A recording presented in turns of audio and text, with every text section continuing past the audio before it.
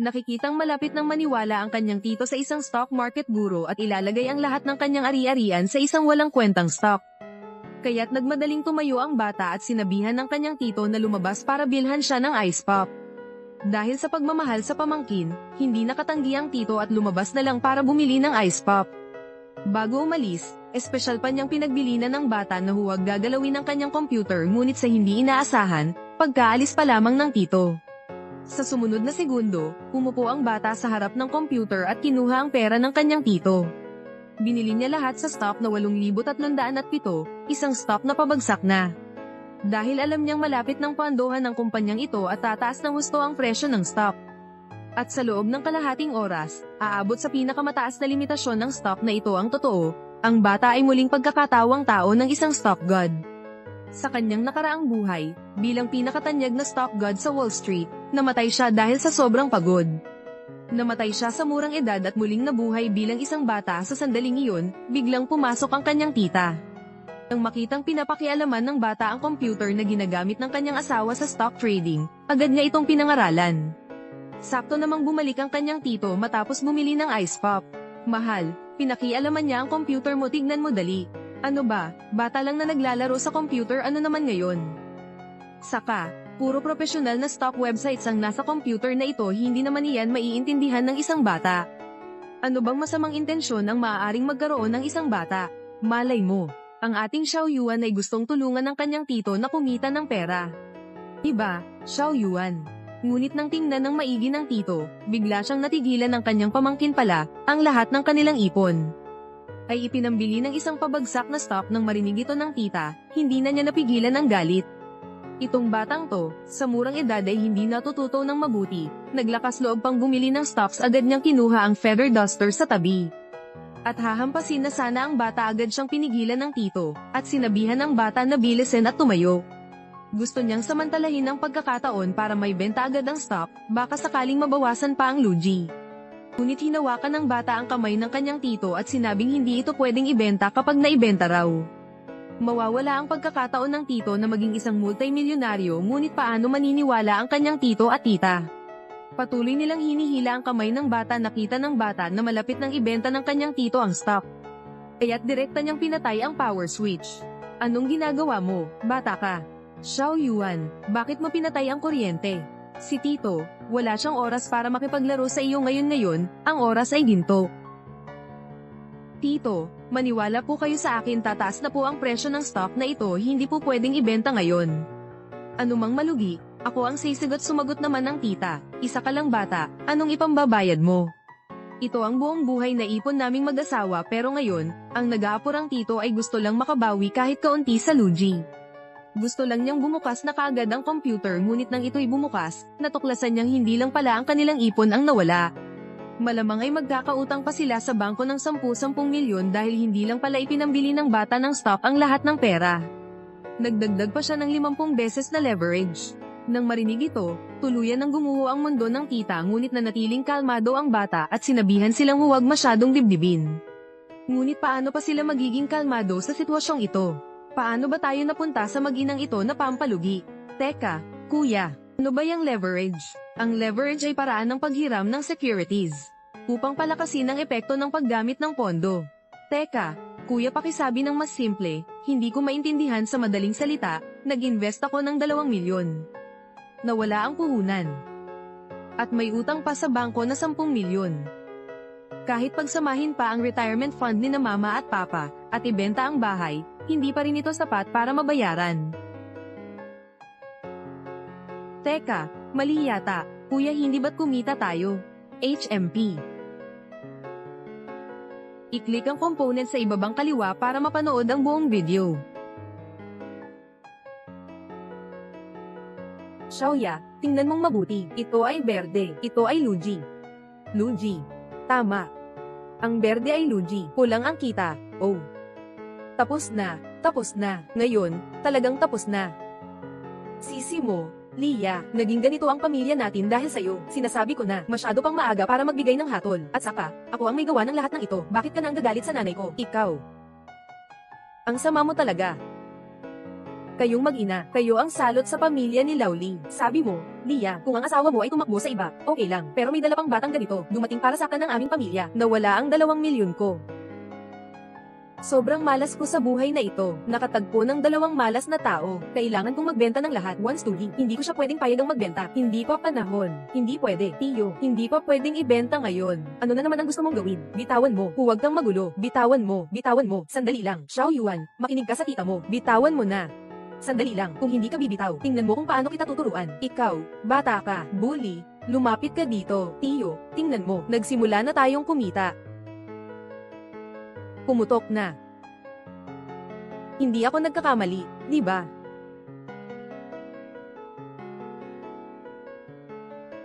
Pumutok na. Pumutok na. Asawa, tumaas ba? Oo, asawa. Hindi ko alam kung bakit yung stock na 8,307 biglang tumaas. Kung ganito ang takbo, na wala nating pera, mabilis na itong babalik. Kung patuloy itong tumaas, may pagkakataon pa ba tayo na kumita? Ganito talaga ang sitwasyon. Pero ang 8,307 ay kilala bilang basura na stock. Kung makabawi ka na, ayos na rin. Bili na agad yan. Oo.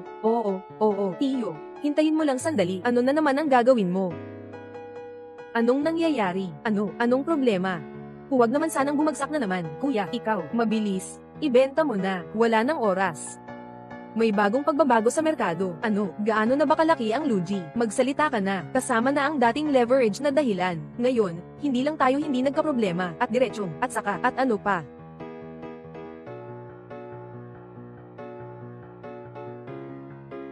At kumita pa ng 30 milyong Ilan? 30 milyong. Sinabi ko na, walang teknik sa pamumuhunan. Tandaan mo ang isang bagay, kapag mas malakas ang alon, mas mahal ang isda. Ito ang tamang paraan ng pag-unawa. Asawa, hindi ka nagbibiro, di ba? Ito ang mga kinita namin. Lahat ito ay kita namin. Ang importante, hindi tayo nalugi. Xiaoya, hindi mo alam. Sa pagkakataong ito, hindi lang tayo hindi nalugi, kundi malaki pa ang kinita natin. Ito ang 8,307. Hindi ko alam kung ano ang nangyayari sa stock. Bigla na lang itong tumaas. At ang market value ay double ng ilang beses. Dahil din sa leverage na iyon. Yun ang dahilan. Kumita tayo ng hindi bababa sa 30 milyong. 30 milyon. Ang galing mo. Asawa, yung nakita ko noong nakaraang 2 araw, limitadong edisyon na bag. Bili. At saka, kahit ano, bumili ng lahat at dalhin sa bahay.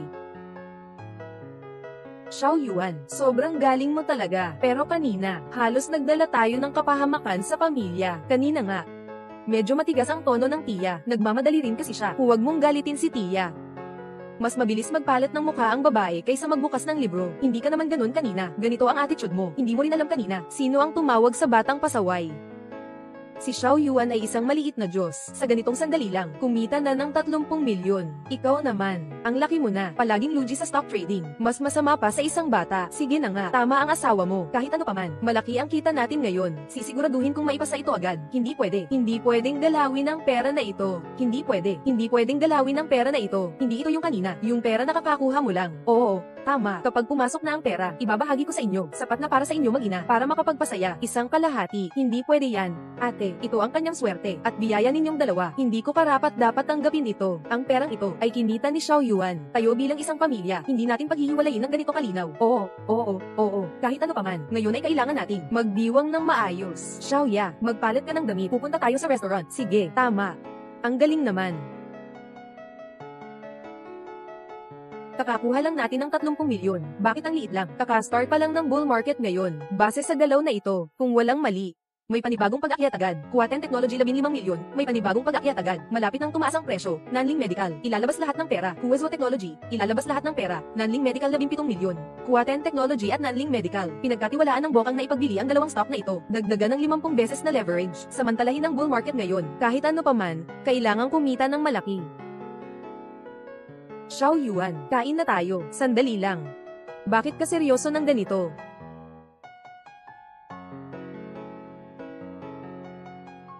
Anong ticket naman ang binili mo ngayon? Buong portfolio. Anong ginawa mo na naman? Yung sinasabi mo dito, inilagay ko ang pera sa pamumuhunan sa ibang stocks. Lahat nagamit ko na, 3 milyon. Bakit mo rin nagastos lahat? Nagpapanggap ka lang ba? Hindi ito totoo. Walang problema. Ngayon ay bull market, kaya makakakuha ka agad ng mas malaki. Ang ibig mong sabihin ay, kaya pa rin kumita ng mas malaki. Tama. At saka, pinakamababa, kikita ng 10 bilyon. 10 bilyon. 10 bilyon. Xiao Yuan, hindi ka nagbibiro, di ba? Oo nga. Hindi ko nga kayang isipin kahit sa panaginip. Ngayon na, bumili ng lahat. Xiao Yuan, anong nangyari sa iyo? Bumili ng 2 basura na stock. Basura na stock. Tama, itong 2 stock na ito. Ngayon, napakabangis ng sitwasyon. Siguradong malulugi ka sa pagbili nito. Kaya ang 30 milyon ko. Hindi naman mawawalan na lang ng halaga. Naiintindihan ko na. Gusto ni Xiao Yuan na mag-short. Matalino. Mag-short. Tama. Kapag naging matagumpay, malaki ang kikitain. Kung ganun, sabi ni Xiao Yuan na pwedeng kumita ng 1 bilyon. Posibleng totoo nga. Oo. Pero kasabay nito, kailangang mag-short sell ng 2 stocks. Napakahirap nito, na hindi ko talaga maisip. Ito ay tungkol sa mga eksperto sa pananalapi sa Wall Street na maaaring hindi rin niya magawa kahit gaano pa siya kagaling. Hindi siya makakapantay sa mga eksperto sa pananalapi sa Wall Street. Hurry up and stop him anyway. Kung ano lang ang matitira, yun na lang. Sige, sandali lang. Electronic chemicals. Bakit lahat bumababa?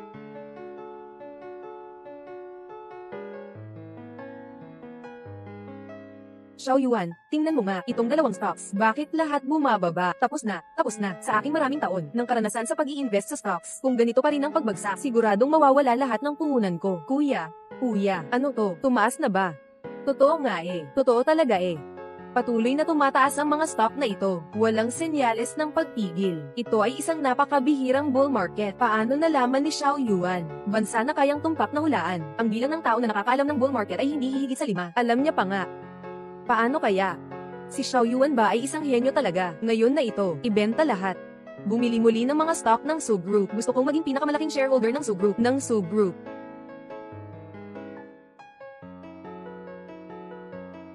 Ang anak na babae ng Su Group, pangako mo sa akin, kapag nagpakasal ako sa kanya, pahintulutan mo akong maging vice chairman. Pagdating ng panahon, sundan mo ang batang ito. Basta't lumayo ka.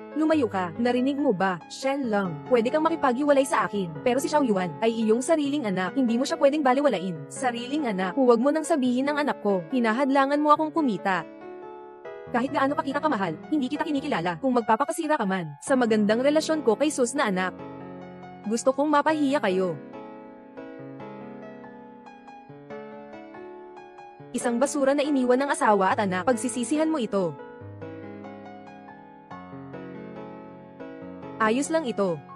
Xiao Yuan, magkano ang kita natin sa pagkakataong ito? Hindi marami. Nakuha na rin ang kontrol sa Su Group ng 60% ng mga shares. Su Group.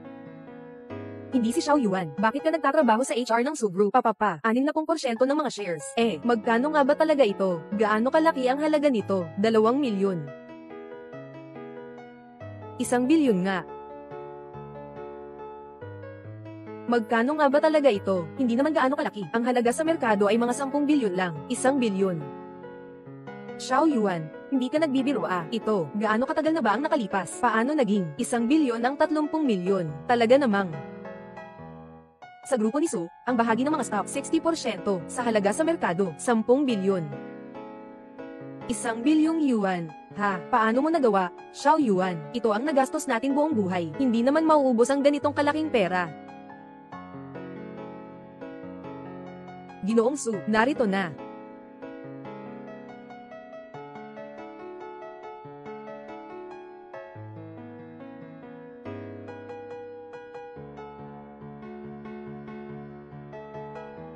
Dumating na.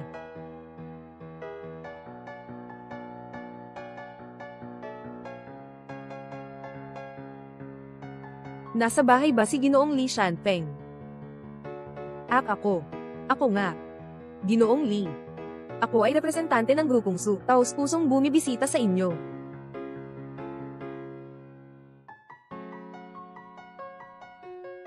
Grupong Su nga. May kailangan ba kayo sa akin? Kumusta, Ginoong Li? Ngayon ay, isa kayong pangunahing stockholder ng grupong Su. Dumating kami ng espesyal upang imbitahan kayong dumalo sa pagpupulong ng mga shareholder. Ako. Oo. At alam na namin na kayo, sa loob lamang ng 1 oras, ay nagtagumpay sa merkado ng stock 2 milyong kapital, naging 10 bilyon.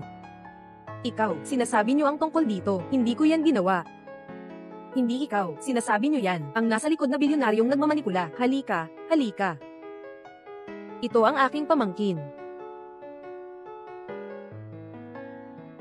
Pamangkin. Ako ito. Anong nangyari? May problema ba? Ito. Tama nga. Mula pa noong sinaunang panahon, ang mga bayani ay mga kabataan. Talaga namang may magandang anak ka. Mula ngayon, ikaw na ang pangunahing may-ari ng subgroup. Ngunit hindi ka pa adulto, kaya ang iyong tiyuhin ang magiging kinatawan mo. Babalik muna ako para maghanda. Sandali, dapat dalhin mo si Little Stop God para dumalo sa ating pagpupulong ng mga aksyonaryo.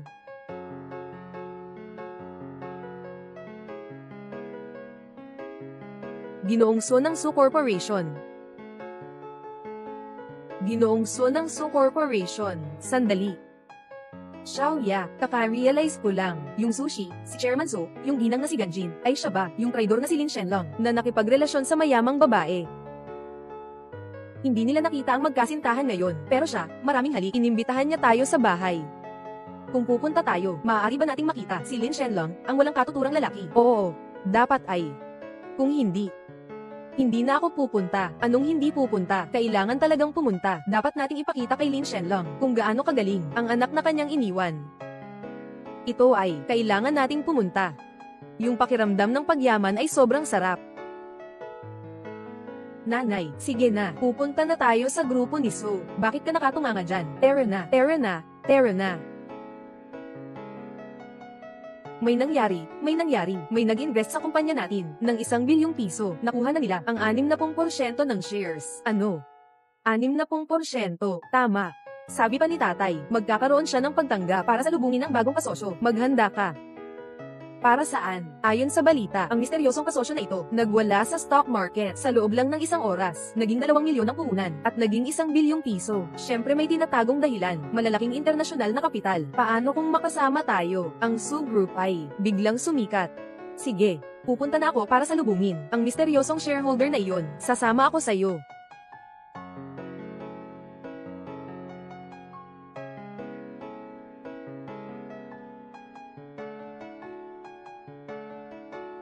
Ito ang Su Group.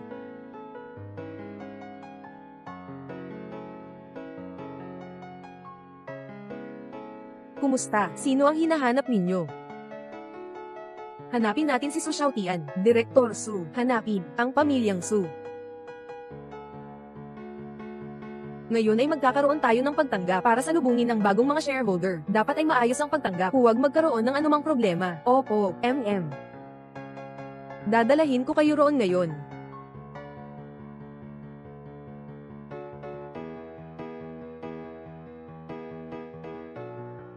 Ikaw, bakit kayo nandito? Anong pakialam nyo sa akin? Sasabihin ko sa inyo, may isang malaking tao na parating sa Su Group. Umalis na kayo agad. Huwag na kayong makialam sa akin dito. Leah, nagdiborsyo ka na kay Shenlong. Ano pa ang ginagawa mo dito? Kasama mo pa ang bata. Hindi siguro para magpakaawa at humingi ng muling pagsasama. Payo ko, kalimutan mo na yan. Malapit na akong magpakasal kay Ziwei. Wala kaming dapat pag-usapan. At ikaw pa. Bakit mo sila pinapasok dito? Ginoong Lin, mukhang sila ay mga bagong malaking shareholder ng kumpanya. Mga shareholder, may problema ba ang isip mo? Nakatama ka ng asno. Itong mga pulubi lang. Doon ka na lang sa kung saan ka komportable. Shenlong, mag-asawa tayo. Si Xiaoyuan ay tunay mong anak. Sobrang naman yata ang sinabi mo. Tumahimik ka na. Palagi kang nakikialam buong araw. Sino ba ang tinitingnan mong nakasimangot? Sinasabi ko na mahirap ka. Mali ba ako? Kasama mo pa itong pasanin. Bakit ka nandito? Gusto mo lang ba ng pera? O kaya naman, gusto mong ibalik ako? Nagpalit ka na ng taktika. Nagsisimula ng magpanggap. Misteryosong shareholder. Nakakainis. Guardia. Itulak niyo itong mga mahihirap na ta. Ibigay mo sa akin ang pagkakataong itaboy siya. Ang taong ito ay may matinding ugali. Tingnan mo mamaya kung paano kita parurusahan. Lin Shenlong, huwag kang magmataas dito. Seryoso ako. Tingin ko, ikaw ay isang biro. Sasabihin ko sa iyo ang totoo. Sinasabi mo na ang misteryosong shareholder. Iyon ay si Xiaoyuan. Si Xiaoyuan ay kumita ng 10 bilyon mula sa 2 milyong puhunan. Ano? Si Xiaoyuan. Paano posible iyon? Sasabihin ko sa iyo ang totoo, si Xiaoyuan ay kumita ng 2 milyon, ng 10 bilyon. Tama. Mas mabuti pang maging magalang kayo sa amin. Kung hindi, mamaya ay aagawin ko ang inyong kumpanya, lahat. Itong batang ito ay anak ko. Hindi ko ba alam kung anong klaseng tao siya? Kumita ng 10 bilyon. Niloloko niyo ba ang mga tanga? Sabi pa niya bibiliin ang kumpanya namin. Maniniwala ka ba dyan, Leah? Hindi ba dahil sobrang lungkot mo sa diborsyo, nabaliw ka na sa pag-aalala sa mga natamo at nawala? Anong mga pangarap ang pinapangarap mo? Kung totoo ang sinasabi nila, paano kung totoo? Kung talaga kang makakakuha ng 2 milyon para kumita ng 10 bilyon, saka ikaw na ang magiging akin. Ako ang anak mo. Ikaw ang nagsabi niyan sandali lang. Huwag kang magsisi. Ngayon ay ako na ang pangalawang tagapangulo ng Su Group, Su Ziwei. Pero anak ng chairman. Anong sinasabi mo sa akin? Nagsisisi. Talagang nagsisisi ako. Hindi ko na kailanman nakilala si Ziweng mas maaga. Hindi na talaga ako matiis. Tito. Huwag magalit sa mga taong walang alam. Maraming ganitong bobo. Ayaw ko pang tignan ng mas matagal. Sayang lang ang oras. Paano ka makikipag-usap sa akin? Maniniwala ka ba kung sasabihin kong hihilahin kita? Ginoo Lin, pasensya na sa inyong paghihintay. Darating na si Ginoong Su. Ang pagtanggap sa mga shareholder ay handa na. Talagang si Xiao Yuan. Walang alam. Kayo. Nagkamali kayo siguro. Paano kaya gagawin ng tatay ko? Nasadyang salubungin sila. Pero hindi ba sila mga bagong shareholder ng kumpanya? Kanino mo naman narinig yan? Sila mismo ang nagsabi. Kapag gumagawa ka, pwedeng mag-isip ka naman. Naniniwala ka sa kahit anong sinasabi nila. Bukang liwayway. Ang ibig mong sabihin ay, hindi mo pa rin ba nakikita? Yung mga taong ito, nasa pag-arte. Leah, alam kong hindi ka masaya sa akin. Iniisip mo na ako ang dahilan kung bakit kayo ni Shen lang naghiwalay at inagaw ko ang asawa mo. Pero hindi mo kailangang gawin ang ganitong paraan para suran ako. Hindi ko rin alam kung saan ninyo nakuha ang balita. Alam kong magpapatawag si Papa ng isang pagtanggap at sadyang pumunta dito para magpanggap ng pagkakakilanlan. Nakakatawa talaga. At saka, gumamit pa ng napakahinala ang dahilan. Isang batang hama na kumita ng 10 bilyong piso sa stock market. Akala mo ba ako ay tanga? Liwanag. Huwag makipag-usap sa kanila. Darating na ang tatay mo. Hayaan mong itaboy ko ang mga pulubi na ito. Paalisin silang lahat para hindi ka mapahiya sa harap ng tatay mo. Sige. Seguridad. Paalisin mo ang mga pulubi na ito. Ihampas mo sila palabas. Ginoong Shaolin, ang pagpupulong ng mga shareholders ay handa ng simulan. Sumunod ka sa akin. Ang anak ko, tunay na misteryosong shareholder. Ginoong Zhao, ano ang sinabi mo kanina? Ako, hindi. May problema ka ba sa pandinig? Nang ahas kang hampasin ng asawa ko. Chen. Asawa, ayos ka lang ba? Hindi ka kasali dyan sa sinasabi ninyo. Dinadala mo pa ang anak ko para magpasaya sa akin. Nakakatawa ba? Ginoo Lin, hindi pwedeng ganito. Si Ginoo Li ay si Ginoo Shaolin, kapatid ni Tio, at si Ginoong Shaolin ay siyang humahawak sa buhay ng ating grupo na mga shareholder. Tungkol sa akin, na hindi nga nakatapos ng elementarya, na may apelyidong Zhao. Nagtatawa ka ba sa akin, Ginoo Lin? Akala mo ba nagbibiro ako? Paano mangyayari yon, Ginoo Zhao? Mayroon bang maling pagkaintindi dito, Ginang Su? Ito mga personal na ipinaubaya ni Jisoo. Sabi niya misteryosong shareholder ay isang batang estudyante. Ano bang pagkakamali ang pwedeng mangyari? Kumusta naman si Wen?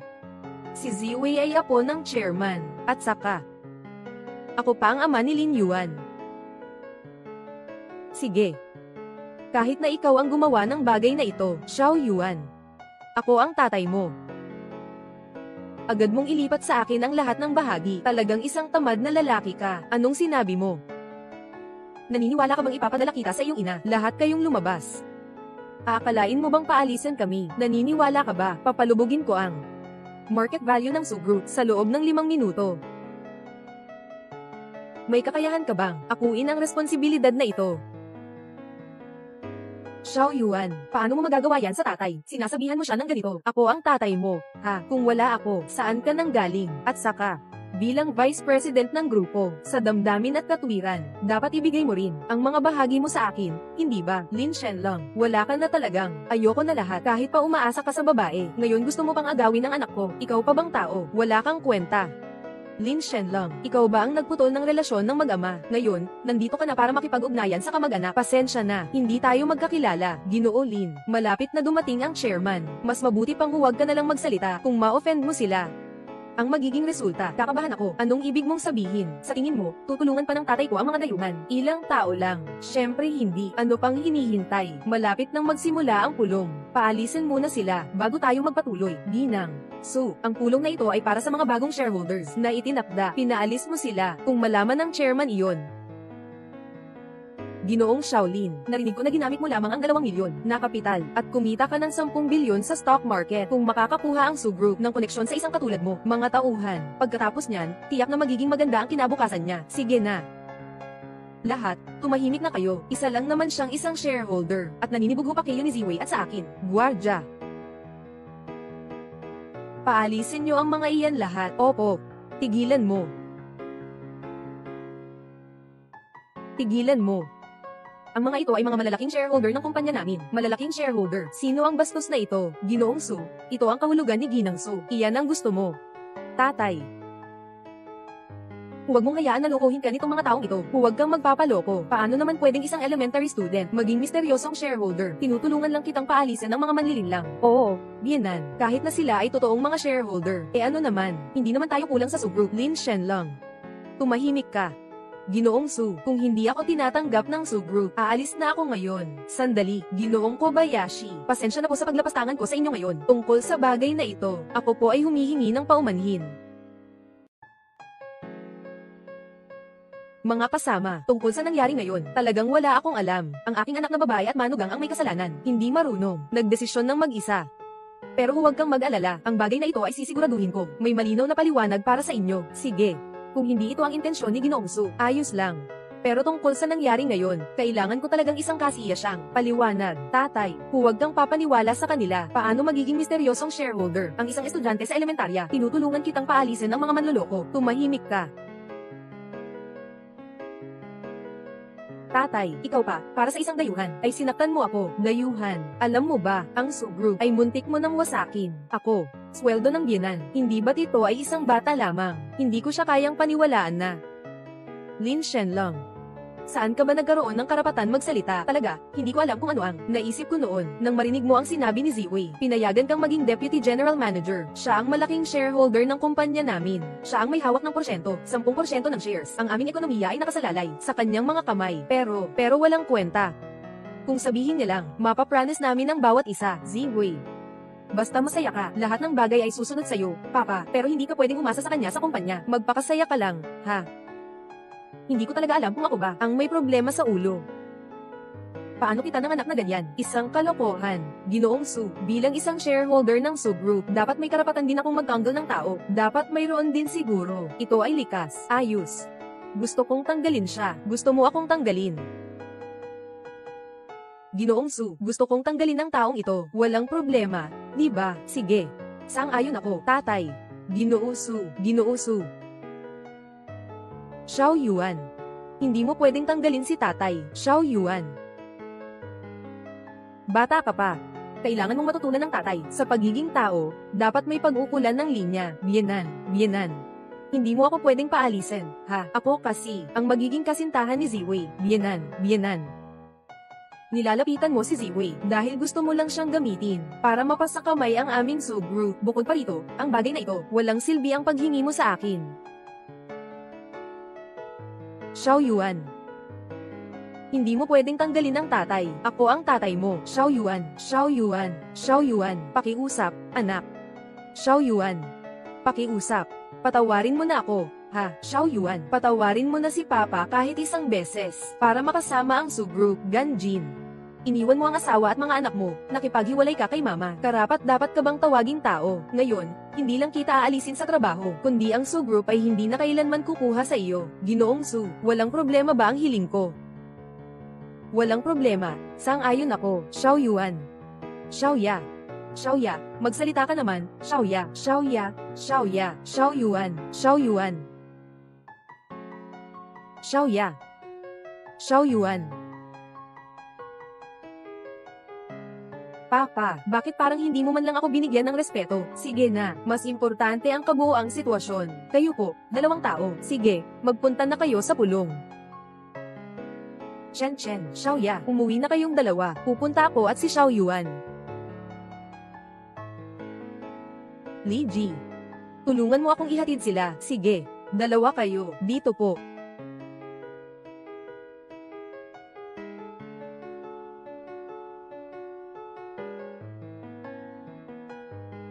Mga kaibigan, ito ang aming subgroup na bagong shareholder. Siya ay may 60% ng bahagi ng subgroup. Siya nga iyon. Sa loob lang ng isang oras, kumita siya ng 10 bilyon sa stock market. Mula ngayon, siya na ang ating bagong direktor. Siya. Yung batang ito. Direktor Su, nagtatawa ka ba? Ginoo Su, pinapagawa mo sa isang bata na maging direktor ng subgroup. Kung malaman ito, tiyak na pagtatawanan tayo. Tae. Alam kong may opinion ka kay Jenglong tungkol sa nangyari sa ibaba kanina. Itinuturing ko na lang itong isang palabas. Pero, hindi mo naman kailangang magsinungaling. Laban kay Shenlong. Ginang. Su, may kinalaman ito kay Ginoong Lin. Hindi ninyo alam ang lahat. Sa totoo lang, ang batang ito, ako ang aking fiancé, anak ni Lin Shenlong. Matapos maghiwalay ang kanyang ina, ako ang naging fiancé niya. Dala-dala ang anak niyang, hindi pa nakatapos ng elementarya, para magpanggap na isang misteryosong shareholder. Nais na maibalik ang puso ng aking fiancé. Nang hindi sinasadya, niloko pa niya ang tatay ko. Kung sakaling mapapayag siyang maging direktor, lulubog talaga ang grupo namin. Ayaw ko rin naman, ipapasok ang batang ito bilang direktor, kaya ang grupong Su ay magiging pampublikong katatawanan sa buong lungsod. Ito ay isang batang paslit, hindi pa tuluyang tumutubo ang balbas. Anong malaking alon ang maaaring itaas? Ginoo Su, ikaw rin ay nagkakamali. Sa dami ng sinasabi ninyo, hindi ba't ang ibig sabihin niyan ay hindi kayo mapagkakatiwalaan sa akin? At ano ngayon? Ikaw, isang bata pa lang, hindi mo ba akalain kaya mong kontrolin ang subgroup? Tama, maliban na lang kung kaya mong lutasin ang mga pondo ng subgroup na naipit. Kung hindi, ikaw, bata, walang karapatang kontrolin ang subgroup. Anong sinabi mo? Ang aming subgroup sa mga nakaraang panahon ay may 500 milyong pondo na naipit sa stock market. Kung kaya mong ilabas ang perang ito mula sa pagkaipit, kahit maging chairman ka ng subgroup, wala akong problema, wala akong reklamo. Talagang walang kakayahan ang subgroup. Ganito lang na problema, pinagpabugso ng matagal, hindi nagsasalita ang bata, baka natakot na nga siya. Kung wala kang sapat na kakayahan, huwag mo nang subukang gawin ang trabahong ito. Pinapayo ko sa'yo, mas mabuting bumalik ka na sa paaralan. Kunin mo muna ang iyong elementaryang diploma bago magpatuloy. Sige. Ayos, napagkasunduan na. Nasuran ka na ba? Ang grupo namin, ang SUG, ay nagtagal ng kalahating taon para maresolba ang bagay na ito. Ikaw na batang paslit, akala mo ba na sa pamamagitan lang ng pagsabi ay malulutas na agad? Kalahating taon, hindi nakapagtataka na naghanap sa akin ang tatay mo. Ang grupo ng SU ay may mga tulad ninyo. Mahal na cute, mawawalan din kayo ng silbi balang araw. Tingnan mong mabuti. Tuturuan ko kayo ng maayos. Sige. Tingnan natin kung ano ang gagawin mo. 5 bilyong pondo ang naipit. Bakit hindi mo na lang ibenta? Ibenta mo na lang. Gusto mong pakinggan? Anong sinasabi mo? Ang pag-ibenta sa mababang presyo ay nagdulot ng pagkalugi, pero umabot ito ng bilyon. Talaga, napakalaking pagkawala nito. Sino ang mananagot? Isang grupo ng mga cute. Anong sinabi mo? Sabi ko, kayo ay isang grupo ng mga cute. Naglalakas loob kang murahin ako, hindi lang kita mamumurahin. Anong ibig mong sabihin? Ikaw na masungit, bata pa lang. Hindi pa marunong makisama. Nakatali ang pondo ng kumpanya. Sa ganitong katagal, wala kayong kahit kaunting ginawa. Ang grupo ang nagpalaki sa inyo, mga walang silbi. Anong silbi nyo? Sinasabi mo lang yan sa salita. Hindi ako naniniwala sa'yo. Talaga ka bang magbebenta ng maramihan? Kung gagawin mo yan, milyon-milyon ang mawawala sa'yo. Ano bang katakutan doon? Huwag mong sabihin na 1 bilyon lang, kahit 10 bilyon pa. Ang anak namin na si Xiao Yuan, agad-agad niyang mababawi yan. Madaling sabihin, pero wala namang nakikita kang ginagawa, kaya lang marunong magdaldal. Walang kahit anong tunay na kakayahan. Sige na, huwag nang mag-ingay. Kaunting pera lang naman ito. Ano man ang mangyari, ako ang bahala.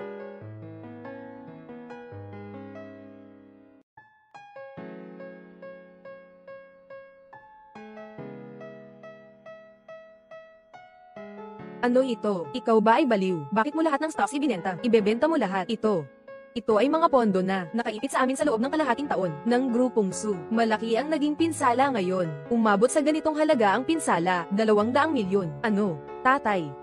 Paano mo siya papayagang magpatuloy sa ganitong kalokohan? Unang araw ng bagong direktor sa tungkulin, nagdulot ito ng 2 bilyong pagkalugi sa subgroup. Kung kumalat ang balitang ito, natatakot akong ang mga kasosyo ay aalis na sa atin. Oo nga, Ginoong Su, ang halaga ng pamilihan ng subgroup ay mabilis na bumabagsak ngayon. Kung ganito pa rin, hindi natin ma-imagine ang magiging resulta. 200 milyon lang naman yan. Bakit pa kailangang mag-away? Ikaw, bata, alam mo ba talaga kung magkano to? Ang dali mo palang baliwalain. Akala pa ng iba na 20 na pera lang. Mukhang wala pang konsepto ang batang to. ito. Sa halaga ng pera, huwag na tayong magpaligoy-ligoy. Mag-isip na lang tayo ng paraan para matulungan si Ginoong Su na mabawi ang Luigi. Ganito lang naman ang pera, parang hinihingi ang buhay ninyo. Maghintay kayo ng maayos. Mamaya, ang perang ito ay magiging doble na ibabalik sa inyo.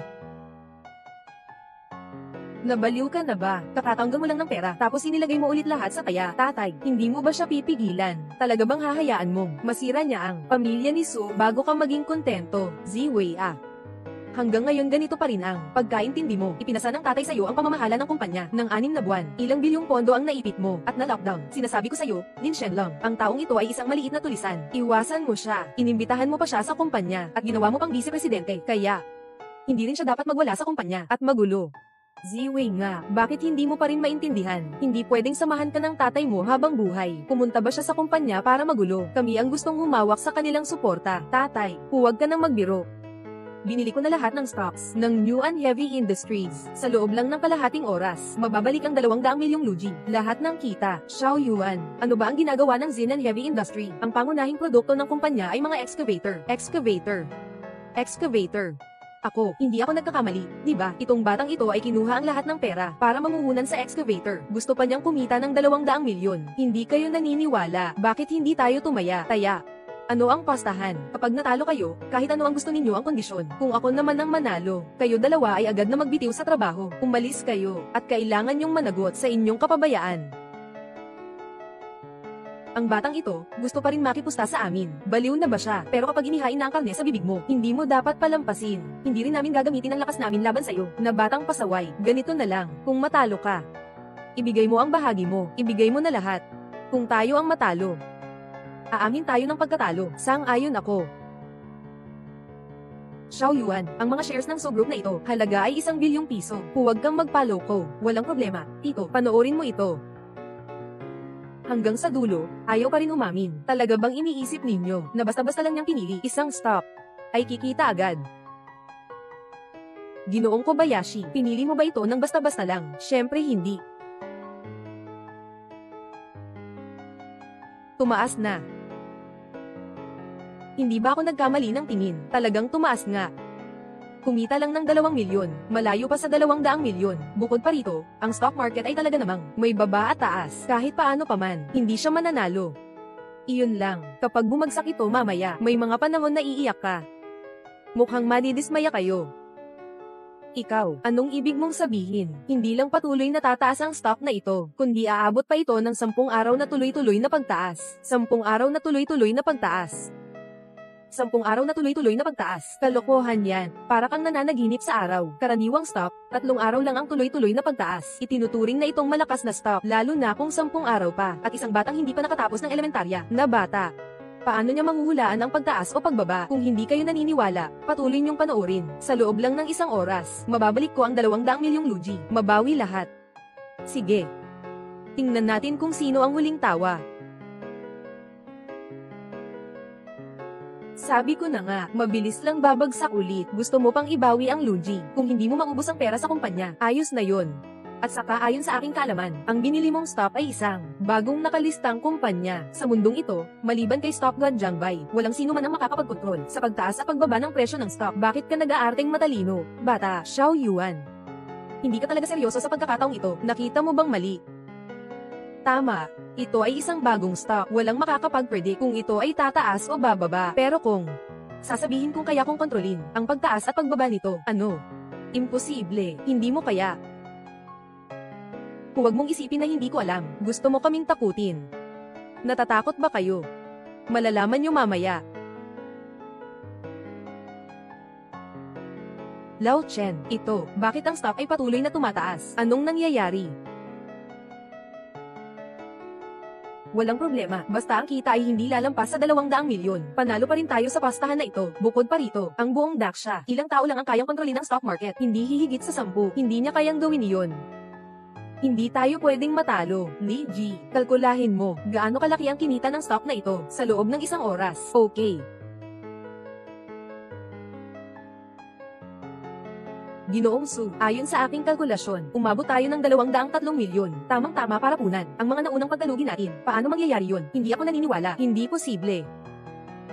Ayon sa aking kalkulasyon, kumikita siya ng 230 milyon, eksaktong napunan, ang dati nating Luigi. Paano niya nagawa iyon? Paano ito posible? Hindi ako naniniwala. Nasa harap mo ang katotohanan. Hindi mo kailangang maniwala o hindi. Paano mo nagawa yan?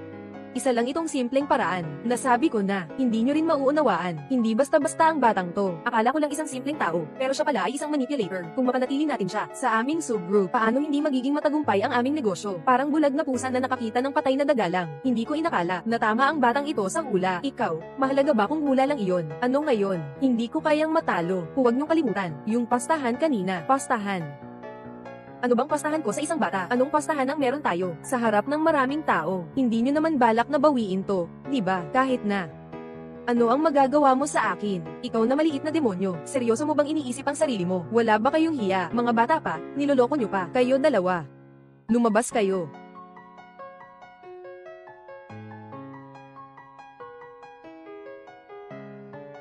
Ang talas ng mata ni Ginoong Kobayashi talaga. May pag-asa na ang aming subgroup. Ito ang dahilan kung bakit kilala si Jiang Bai bilang stock god. Mapapahiya siya sa harap nito. Nandito mismo ako sa harap mo. Swerte lang naman. Isipin mo na lang na pasasalamat ko sa pagtitiwala mo sa akin. Ginoong Su, pinalayas mo si Lin Shenlong. Para na rin kayong tumulong sa amin. Naibsan ang sama ng loob namin. Dapat lang si Xiao Yuan na gawin yan. Kayo na ngayon ang malalaking shareholder ng kumpanya. Sa susunod, kapag may ganitong lason sa kumpanya, maaari kayong magtanggol anumang oras. May isa pang bagay. Nais kong humingi ng tulong sa inyo. Gusto kong imbitahan kayo na dumalo sa komersyal na summit ngayong gabi. Ginoong Su, hindi mo ba sinasabi ang taunang pulong ng mga pandaigdigang elite na iyon, ang business summit? Oo, sabi nila ngayong gabi, dadalo si Ginoong Wu Yunhai. Tatay, sinasabi mo ba na ang punong tagapamahala ng Daksha Chamber of Commerce ay kasabay na katulong ni Jiang Bai, ang Diyos ng stock market, si Wu Yunhai ang darating? Oo. Kung sa summit ngayong gabi ay makakamit natin ang suporta ni Direktor Wu, kaya ang market value natin ay dapat doblehin kahit man lang. Basta tayo ay makakuha ng suporta ni Ginoong Wu. Ang subgroup namin ay tiyak na magiging pinakamayayamang pamilya sa Jiang Province. Isang assistant lang naman. Ganun ba kayo ka-exaggerate? Batang makule. Ano ang alam mo? Siya ang assistant ni Jiang Bai, ang Diyos ng stock market. Si Jiang Bai ay nagsimula mula sa wala sa sarili niyang kakayahan. Naitayo niya ang buong imperyo ng negosyo at nakuha pa niya ang buong Wall Street. Kapag sinabi ng assistant niya lang ng isang salita ay makakapagpaunlad sa aming kumpanya at magiging matagumpay. Naniniwala ka ba kung alam nila na ako si Stock God Jiang Bai? Siguradong matutuwa sila at tatalon. Lao Chen, yung batang pasaway na iyon. Lao Chen. Ginoong Lin, ikaw. Paano kayo? Maple Ayes din. Yung batang si Lin Yuan, ang cute talaga niya. Nawalan kami ng pastahan. Mag-usap kayo muna. Palem. Tinanggal din ako sa trabaho ngayon. Ginoong Lin, may ideya ako. Huwag niyong kalimutan, ikaw ang kasintahan ni Su Ziwei, Grupo Su, manugang ni Su Xiaotian. Ano pang manugang? Hindi manugang. Ngayong araw ay tinanggal na ako. At ngayong araw nangyari, itong bagay na ito. Kung nandyan si Su Xiaotian na matanda, hindi posible si Su Ziwei. Pakakasalan kita. Pero, hawak mo rin ang marami na mga lihim ng Su Group. Ang ibig mong sabihin ay, ngayong gabi, magkakaroon ng pandaigdigang talakayan sa negosyo. Ang Su Group para sa summit na ito, matagal na itong inihanda, basta't kaunti lang ang iyong gagawin. Hindi lamang, magiging malas ang grupong Su, kundi makakakuha ka rin ng marami. Kung ano ang dapat gawin, hindi ko na ipapaliwanag. Dapat ay alam mo na, talagang hawak ko ang marami, na mga lihim ng grupo. Ngunit kung ganito ang mangyari, baka mabangkarote ang Su Group. Binibining Ziwei. Kung siya ay mabangkarote, ano ang kinalaman ko doon? Hindi mo ba talaga akalaing gusto ko siya? Sasabihin ko sa'yo, kung hindi dahil sa perang ito, at sa posisyon na ito ng vice-presidente, hindi ko siya papansinin. Sige na, matandang Chen, magaling si Chen. Pagkatapos magtagumpay, hindi mawawala ang benepisyo sa'yo, maghihintay ng magandang balita. Sige, sa'yo muna ako.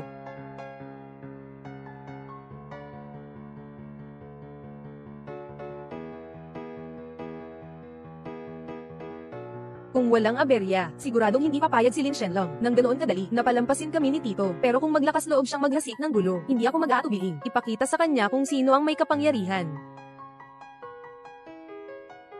Mga Ginoo, abala si Ginoong Wu Yunhai. Ako muna ang mamumuno sa pulong na ito. Kung may kailangan kayo, maaari ninyo akong lapitan.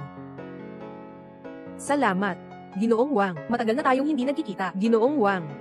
Kamusta? Ako ay ang chairman ng Su Group, si Su Xiaotian. Kanina sinabi ni Wu Yunhai na miyembro ng Lupon, na kailangang pumatawan sa Daksha Group para suportahan kami. Mayroong isang order na bilyon ang halaga. Itong bagay na ito, si Su Xiaotian.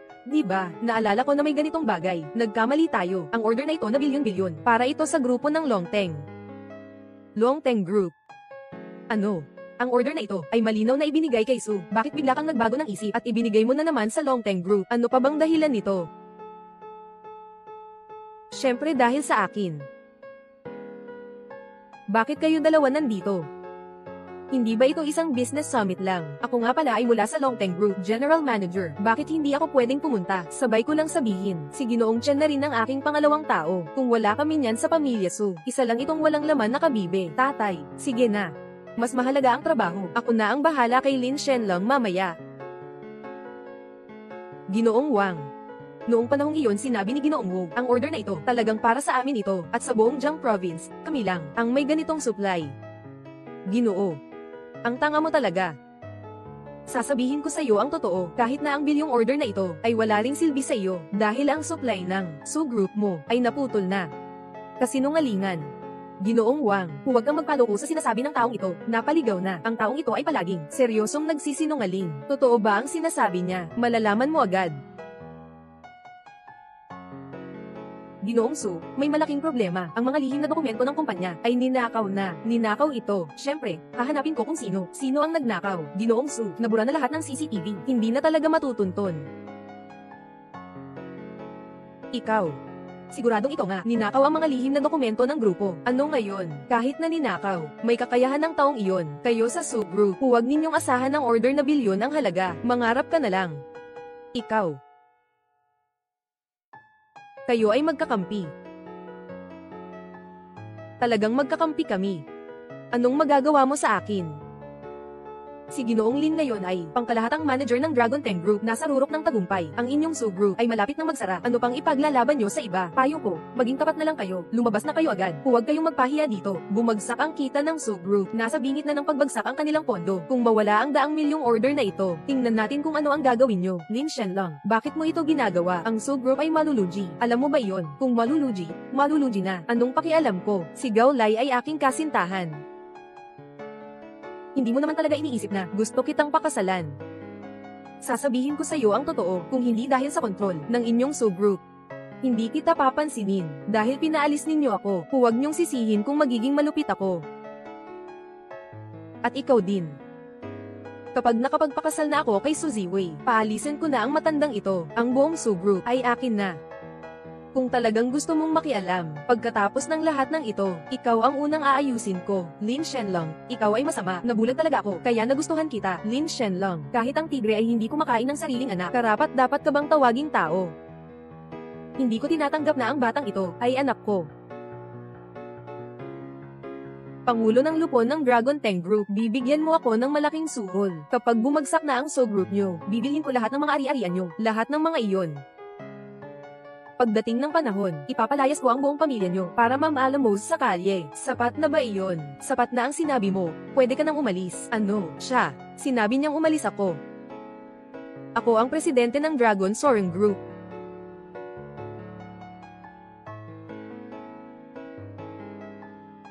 Ako ang presidente ng Dragon Soaring Group. Ikaw ay isang bata pa, Ginoong Lin. Ayos ka lang ba? Li Shanfeng, ganito ka ba talaga? Mag-alaga ng bata, maliit pa lang, tapos nang gugulo na. Ang cute naman niya. Anak mo nga siya, ganun ka ba magsalita? Hindi ka talaga tao, pati ang sariling anak mo sinisigawan mo. Ano ba naman kung ganoon? Nasa akin ang mga order na bilyon-bilyon. Tingnan ko kung ano ang gagawin ninyo. Ano ba ang halaga ng bilyong order? Basta ang aming investment advisor, si Li Shanfeng ang kikilos. Maayos ang ating mga problema. Ang galing niya pala. Sige ba niyang ipakita na kaya niyang makipagsabayan sa akin? Sabay. Sabay sa ano? Sabay sa pag-i-invest. Sino ang mas mataas ang kita sa investment? Swerte lang talaga sila. Kumita lang sila ng pera sa stocks, samantalang matagal na akong nasa negosyo. Ano ba ang laban nila sa akin? Basta ako ang manalo. Hindi lang sila mapapahiya. Mawawala pa ang suporta ng Daksha Chamber of Commerce sa kanila, at makakamit ko pa ang promosyon mula sa Longteng Group. Huwag mo siyang papayagan. Kailangan, talagang kailangan. Kung nandito ako, hindi tayo matatalo. Sige. Magaling. Ang anak ay nakikipaglaban sa ama. Hindi kita bibigyan ng leksyon. Hindi mo talaga alam kung sino ang anak mo. Lao Chen, halika. Tulungan mo akong mag-operate. Bumili ng buong posisyon sa stock na ito. May narinig akong chismis. Pagkalipas ng isang oras, tataas ng malaki ang presyo ng stock na ito. Sige. Ginoong Lin. Ginoong Lin, hindi ba sinabi ko na ilagay mo lahat sa pagbili? Ilagay mo lahat ng pera na meron ka. May 50 bilyon ang account ni Ginoong Lin. Pero, iyon ay cash flow ng Dragon Soaring Group. Kung sakaling may mangyaring hindi inaasahan, hindi natin kayang akuin ang mga kahihinatnan. Lao Chen, pwede mo bang itigil ang pagiging sobrang maingat mo sa Su Corporation? Ako ngayon ako na ang General Manager ng Longteng Group. Wala ka bang karapatan na maglipat ng kahit kaunting pera? Bukod pa rito, hindi ba tayo ang may huling salita? Ang Dragon Teng Group kapag kumita na tayo ng 50 bilyon? Oo nga. Dali na. Pero, walang pero. Ibigay mo. Ako na ang bahala. Sa investment ko ngayon, kita ko nang hindi bababa sa 50 bilyon. Tingnan ko kung ano ang maipapantay ninyo sa akin. Sa investment ko ngayon, kita ko nang hindi bababa sa 50 bilyon. Tingnan ko kung ano ang maipapantay ninyo sa akin. Ako na ang bahala sa bagay na ito. Ikaw. Anong magagawa mo? Aaminin kong magaling ka sa stock trading. Kahit gaano ka pa kagaling sa stock trading, hindi mo pa rin kayang kumita ng 50 bilyon sa loob ng isang oras. Talo na tayo sa laban na ito. Anong ibig mong sabihin? Bakit ka ganyan? Kung mananalo siya, mawawala na ang bilyong order ng Su Group. Hindi ba't mababang karote ang Su Group? Ikaw talaga. Mahaba ang buhok pero kulang sa karanasan ba? Hindi naman. Xiao Yuan, kailangan mo talaga akong tulungan dito. May bahagi tayo sa Su Group. Malapit nang mabangkarote ang Su Group. E di ang pera natin ay masasayang na. Ginoong Shaolin, nasa iyo na ngayon lahat. Matanda na po. Wala bang problema ang utak mo? Sino ang aasa ka sa kanya? Isang batang walang balbas, na bata pa. Gusto mo ba siyang asahan para tulungan kang bumawi? Ipapadala ko sa iyo ang ilang mga kontak. Bumili ng lahat ng mga gamit sa ilalim ng kanilang mga ari-arian. Sige. Zinan Heavy Industries, Woyan Heavy Industries. Anong negosyo ba ng mga kumpanyang ito? Espesyal na gumagawa ng mga excavator. Ipadala mo na ngayon ang mga tao para bilhin lahat ng excavator na kanilang ginawa. Pinakabagong ulat, isang bansa sa Africa ay nakatuklas ng malaking deposito ng ginto. Kasalukuyang ipinapadala sa Daksha. Mataas na presyo sa pagbili ng excavator. Ano? Matandang pera. Hindi ako nagkamali ng narinig. Di ba? Ano ang bibilhin niya? Bili. Excavator. Ginoong Su. Ang galing mo talaga. Nakahanap ka ng mahusay na katuwang. Sa tingin ko, ang grupong Su ay malamang tatamba na ng tuluyan. Bata, hindi ka naman nagbibiro, di ba? Tingnan mo ako, para ba akong nagbibiro? Sundin mo ako, kunin mo lahat ng pera, at bilhin mo lahat ng excavator. Pagkalipas ng isang oras, hindi lang natin mapapanalunan ng pustahang ito, kundi ang kikitain pa, ay tiyak na sapat para sa Su Group na malutas ang krisis na ito. Ginoong Lin, ang batang handal na ito, ay talagang anak mo. Huwag kang magsalita ng walang kwenta. Hindi ko tinatanggap na ang batang ito, ay anak ko. Ngayong pagkakataon, 100 bilyong order, suporta mula sa Daksha Chamber of Commerce, at ang pagwasak sa inyo, ang karangalan ng Su Group. Ay akin lahat.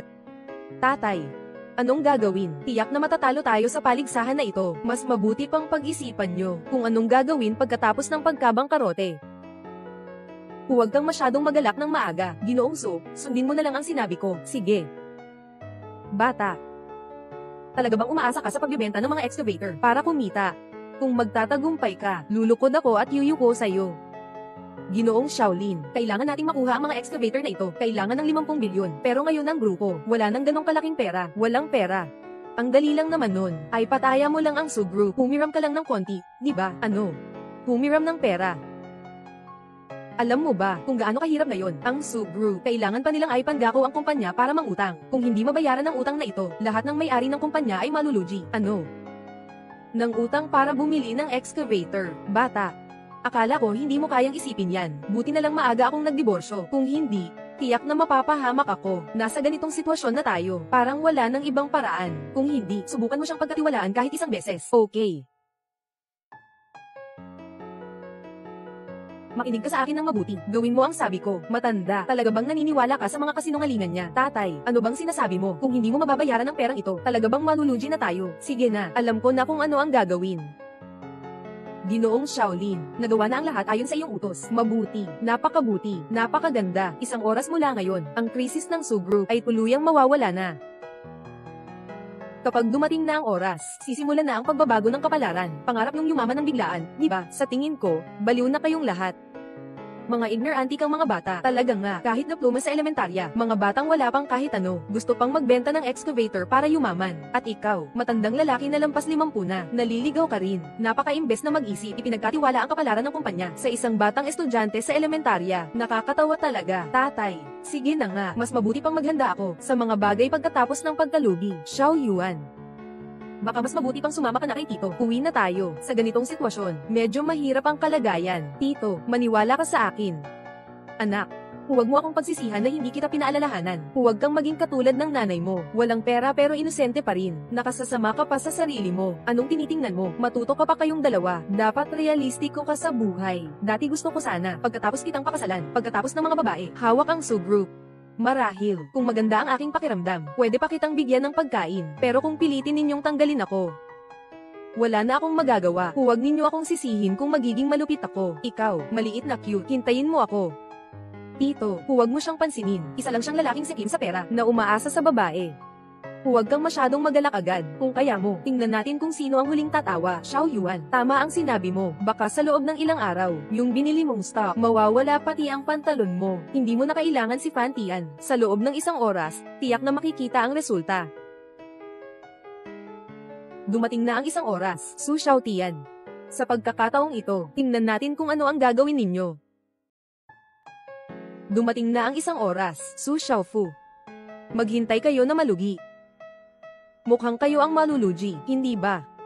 Kahit malapit na, matigas pa rin ang dila. Hindi mo ba talaga iniisip na sa swerte lang nag-i-invest sa stock at kumita ng kaunti ay isa ka ng stock god?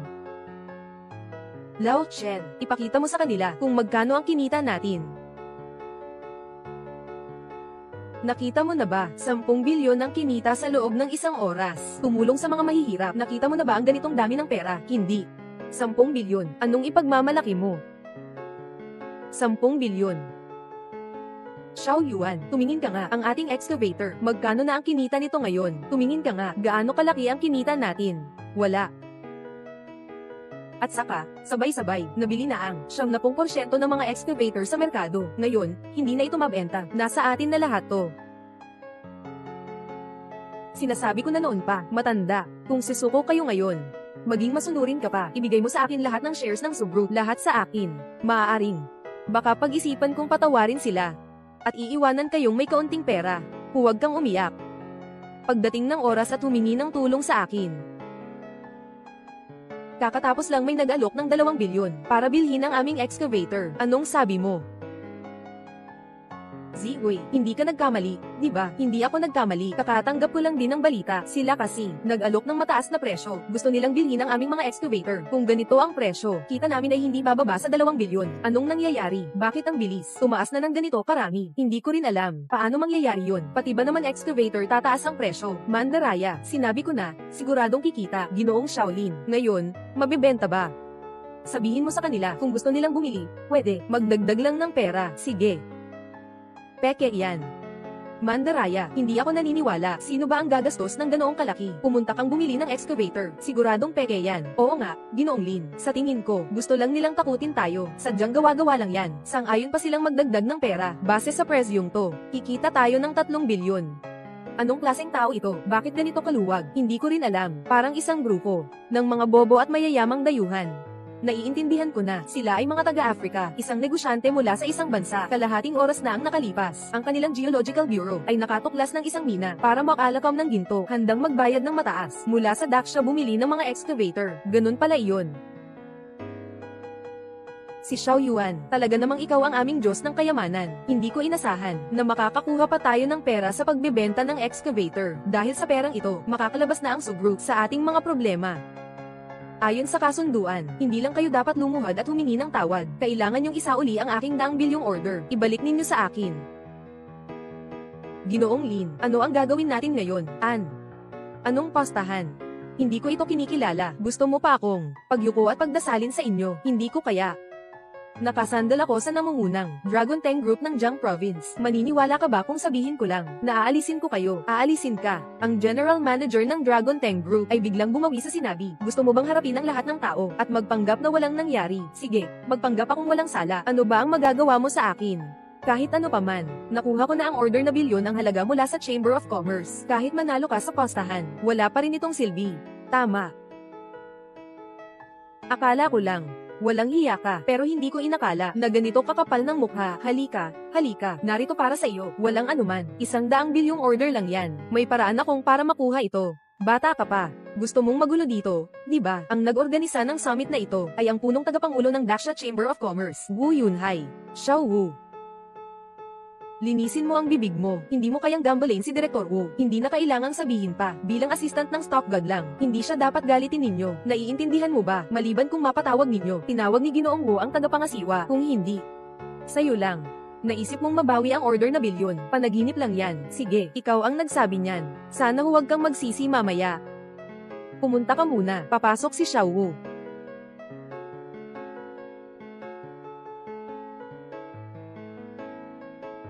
Kilala mo si Wu? Oo, akala mo sino ka? Si Wu, ikaw yan. Sinasabi mong makikita mo siya agad, kaya sinasabi pa na kilala niya si Ginoong Wu. Kilala mo siya. Pero kilala ka ba niya? Bata. Pwede kang kumain ng walang kaayusan, pero hindi pwedeng magsalita ng walang katuturan. Si Ginoong Wu ay abala sa maraming bagay. Akala mo ba madali lang siyang makita? Sabihin mo na may kailangan si Ginoong Jiang sa kanya. Papasok siya sa harap ko sa loob ng 3 minuto. Dapat agad siyang nandito. Ginoong Jiang. Nasa ICU si Ginoong Jiang ngayon. Naglalakas loob kang gamitin ang pangalan niya para sa mga panlilin lang dito. Naghahanap ka ba ng gulo? Bata ka pa. Talagang matapang ka. Si Jiang Bai ay isang stock god sa Wall Street. Nasa 2 round ka na. Naglalakas loob kang magpanggap na siya. Maniwala ka o hindi, mamaya, dadalhin ka nito sa kapahamakan. Huwag nang magpaligoy-ligoy. Kung sinabi kong pumunta ka, pumunta ka. Ano man ang mangyari, ako ang bahala. Sige. Ikaw ang nagsabi niyan hintayin mo. Jiang Baige. Sabi mo, maayos ka naman, bakit bigla kang nawalan ng malay? Noong araw na iyon, dapat ay tayo ang nagdiriwang. Paano ka naman nalipasan ng malay? Ginoong Wu. May isang tao sa labas na nagsasabing siya ay si Ginoong Jiang. Ano? Kuya Jiang Bai. Ano? Kuya Jiang Bai. Sinasabi mo ba na gumising si Kuya Jiang Bai at lumapit pa sa akin? Ginoong Wu, nagkakamali po kayo. Hindi siya si Ginoong Jiang. Isa lang siyang maliit na bata. Pinipilit niya akong maghatid ng mensahe sa'yo na dapat kang lumabas sa harap niya sa loob ng 3 minuto. Ayos ka lang, maliit na bata. Nagsisinungaling ka pa. Tingnan mo kung paano ko siya paparusahan. Sandali. Sama tayo.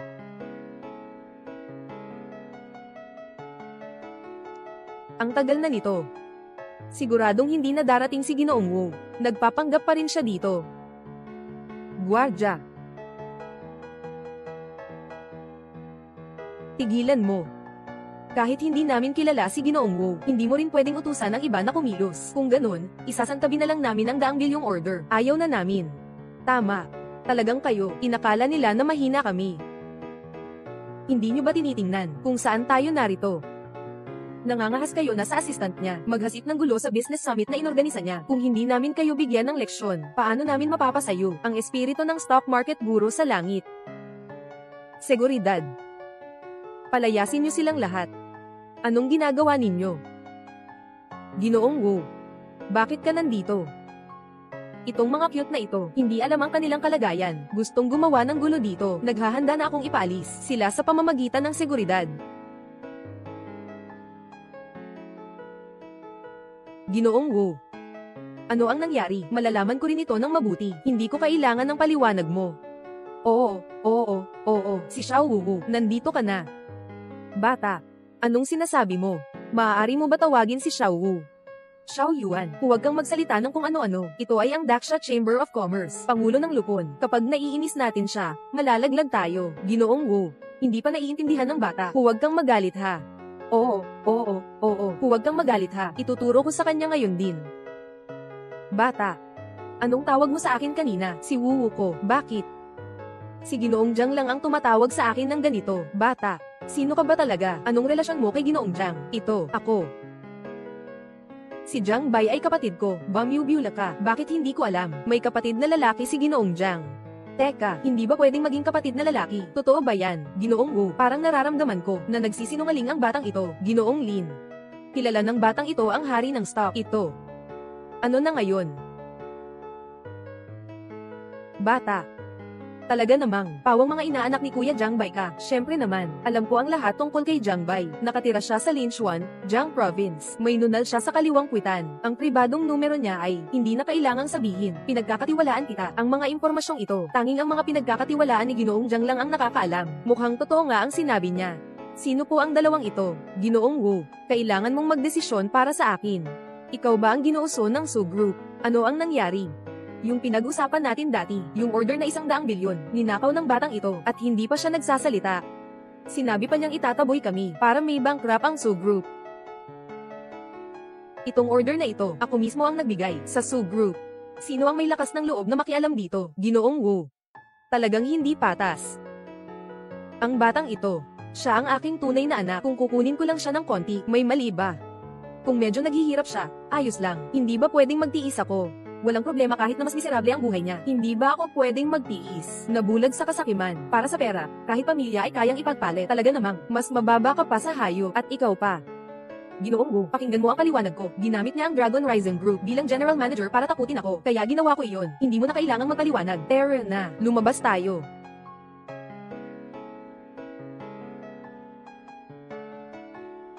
Tayo na.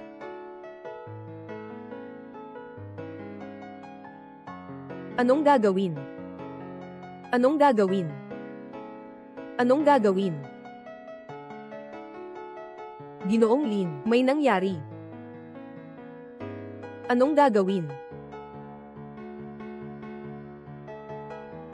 Ginoong Lin, may nangyari. Ginoong Lin, malaking problema po. Yung mga stock na binili natin kanina, biglang bumagsak. Inaasahang lugi ng 10%. Paano naman pwedeng malugi ng ganito kalaki?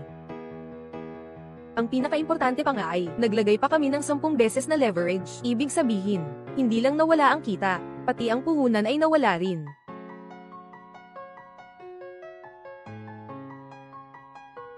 Paano nangyari ito? Ito ay, pera na inilipat ko mula sa Longteng Group. Kung malaman nila, wala na akong pag-asa sa buhay na ito. Talagang karapat-dapat ito, kahit ang sariling pamilya, hindi tinatawad. Ito ang bunga ng sariling gawa.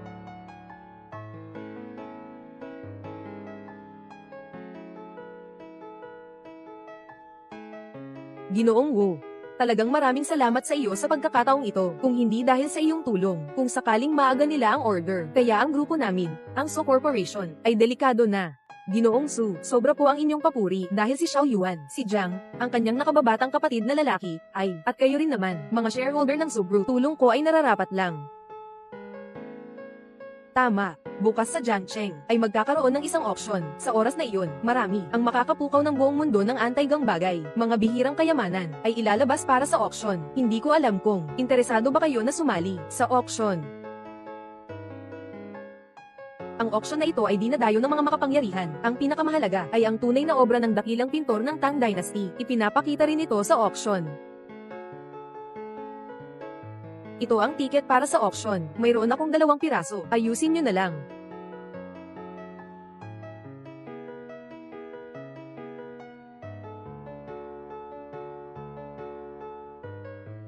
Apelyido Lin, hindi ba't sinabi mo na basta't tulungan kita, ay bibigyan mo ako ng magandang komisyon? Wala akong natanggap, nawala rin ako ng trabaho. Ano sa tingin mo ang dapat gawin? Hindi ko rin alam. Nakakagulat na kilala niya si Wu.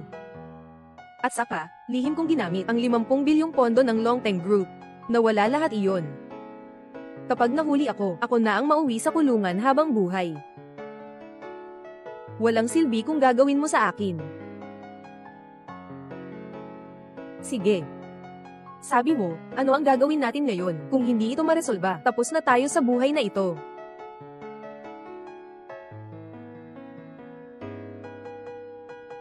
Excuse me, si Ginoong Wang po ba ito? Ako po iyon. Ikaw ay Ginoong Wang. Alam ko na ikaw ay tinanggal ng samahan ng mga negosyo, pero kung tutulong ka sa akin sa isang bagay, hindi lang kita maibabalik sa tuktok ng iyong karera, kundi maiaangat pa kita. Anong gagawin? Magkakaroon ng isang auction bukas sa Jiang Province. Tulungan niyo akong bilhin ito. Ang huling obra ng Master Liu, ang pintor ng Tang Dynasty. Basta't matutulungan niyo ako na mabili ang painting na ito. Ang problema ninyo ngayon ay kaya kong ayusin para sa inyo. Totoo. Sige. Asikasuhin namin ito.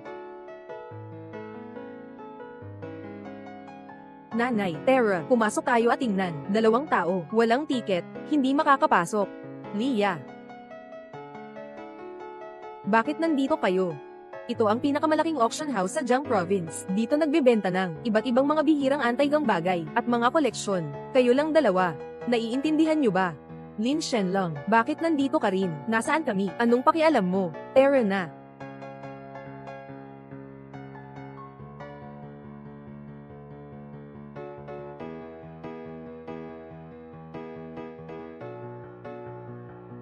Kayo ba 2? Walang tiket para dito. Nakalimutan ko kayong sabihan, ang tiket na ito, hindi basta-basta nabibili ng pera, tanging mga kumpanyang kinikilala ng auction lang, ang karapat-dapat magkaroon nito. Kayo 2 taga-baryo, kahit kumita pa ng maraming pera, hindi pwedeng ipakita sa entablado, hindi kailanman magkakaroon ng karapatang pumasok. Sino ang nagsabing wala kaming tiket?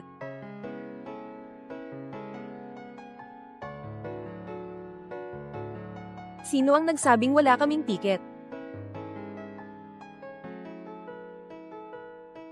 Siguraduhin maayos ang security check. Peke ba ito?